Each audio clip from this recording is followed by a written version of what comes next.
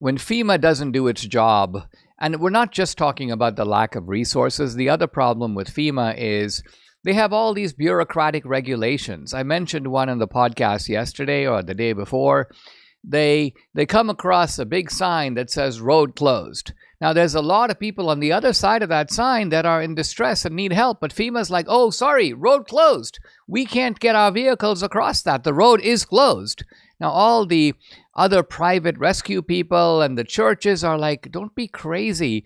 We're in a disaster zone. Just go around the road closed sign and you'll find all kinds of people that need help. But FEMA won't do it. They refuse to do it. And this, to me, is, summarizes in a single anecdote the nature of bureaucracy, everywhere. Bureaucracy operates as if the bureaucrat is brainless. And often the bureaucrat is brainless. So the bureaucracy creates a script.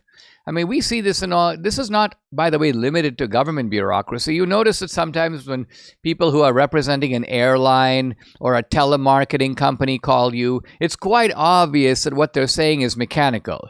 Good evening, sir. I hope you are doing well. Thank you very much. So am I. Blah, blah, blah, blah, blah. And if you take them off their script, they get really flustered because they're trying to bring you right back to the script, and they have been trained, stay on the script. Now, this really shows you why Americans in these afflicted areas, and you may find more of this after Milton, kind of have to go back to the old days. So what are the old days? Well, the days before FEMA, the days before you could count on the government to help. And there's a kind of remarkable story here. Debbie drew this to my attention from the New York Post. Special ops vets form Redneck Air Force to ferry aid into the North Carolina mountains after the feds come up short. And hundreds of special operations personnel in North Carolina form their own homegrown rescue and supply operation.